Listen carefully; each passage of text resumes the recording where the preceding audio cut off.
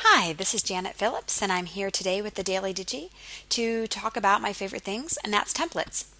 I love templates because they're such a great way to scrap. They're great for people who are just getting started in scrapbooking. They're great for people who've been doing it forever. They're great for people who have a lot of time or no time. They're just great all around. I love the fact that templates are a starting point and a launching pad for your creative ideas. And today I just want to show you one of my favorite little template tricks that might be well known to most of you, but maybe there's some of you out there who are new to templates or haven't even tried them. And I just want to show you one of the quick and easy ways that you can change a template. And as I said earlier, templates are just a starting point. You don't have to be confined to what a template has set up already. Those are just ideas. And so sometimes when I open a template that I want to use, it's not quite exactly what I'm looking for. And so I can change it. I can move layers, I can delete layers, I can do lots of things like that. One of the things that I do a lot is I actually change the photo spots. Sometimes the photo spots that are there aren't what I need. They're not the right size or they're not the right orientation. They're vertical and I need horizontal or vice versa. Or like I'm going to show you in this first example, I have two square photos in photo spots 4 and 5 and I want one long horizontal photo. And so it's really easy just to change this up. As you can see, I have these two square photos and I want to make them one long horizontal photo instead. This evening I had taken my daughter to watch the sunset with me, and I want to include some pictures of the sunset in on my layout. And so rather than try to cram a sunset into a square photo, I just want to make this one longer photo. So all I'm going to do is I'm going to click on layer 4 and I'll just zoom in a little bit so you can see on this photo spots 4, and because it's the same size as photo spot 5, I'm just going to take it and I'm going to find this double-sided arrow that you can see, and I'm just going to click and I'm just going to drag it over so it overlaps that gap that was there between them.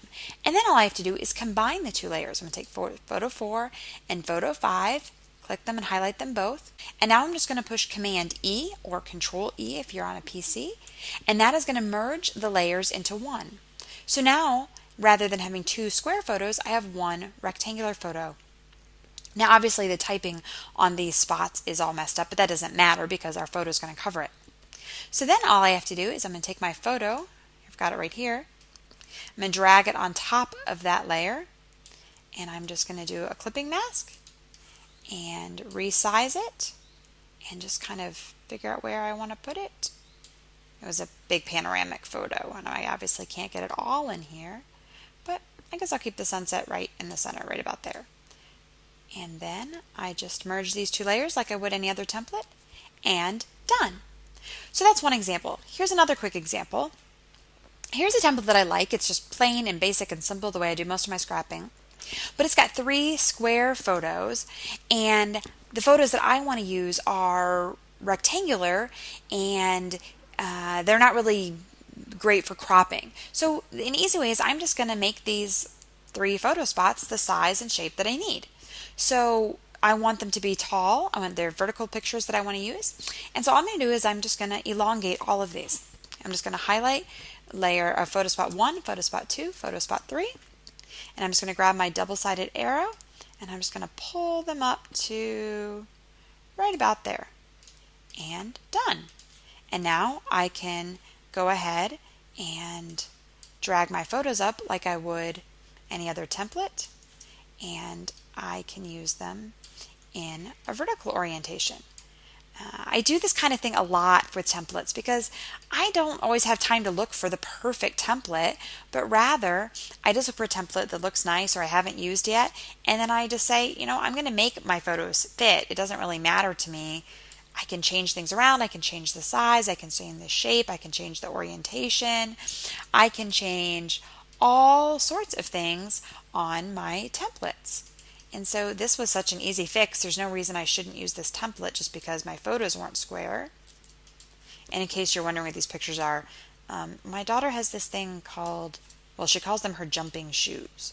And she was demonstrating to me how her special jumping shoes, otherwise known as Old Navy flip-flops, work. So there you go. That was easy. In this last example, I've got this 2-page spread, and I've placed some of my photos on it. I've got these 2 larger horizontal photos and then 4 smaller horizontal photos, and I have these 8 photo spots left of horizontal photos. Well, I want to include on this layout, I need to include a few vertical photos. Our family visited a waterfall, and it's kind of hard to get a waterfall into a horizontal photo.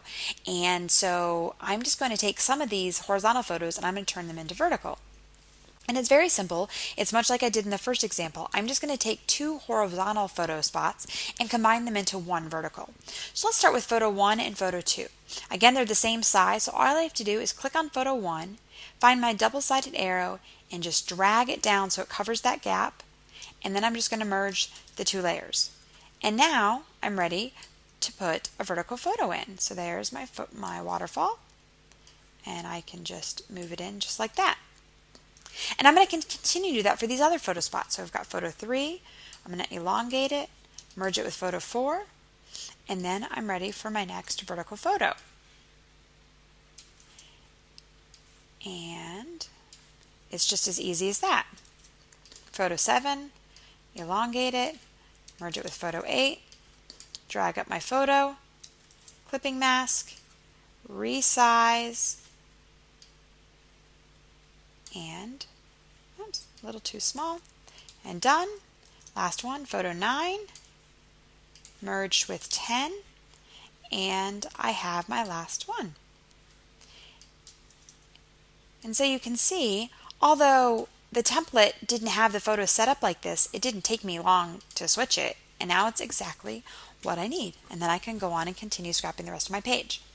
So there you go. Just again, a simple tip that probably most of you already know, but maybe there's somebody out there who's just getting started and didn't realize that a template can be changed and made more suited for what you're scrapping. So I hope you enjoyed this, and if there's any other template tricks that either you want to pass on to our readers or that you have questions you have to ask, I would love to answer any questions about templates, and I will show you how I do things, and that's what we're here for. We're all here to learn together. So if you have any questions, you can always email me, scrappingjanet@gmail.com, and I would love to answer any questions that you have. Or you can just leave a comment here, and I will do my best to get back to you. Thanks for watching.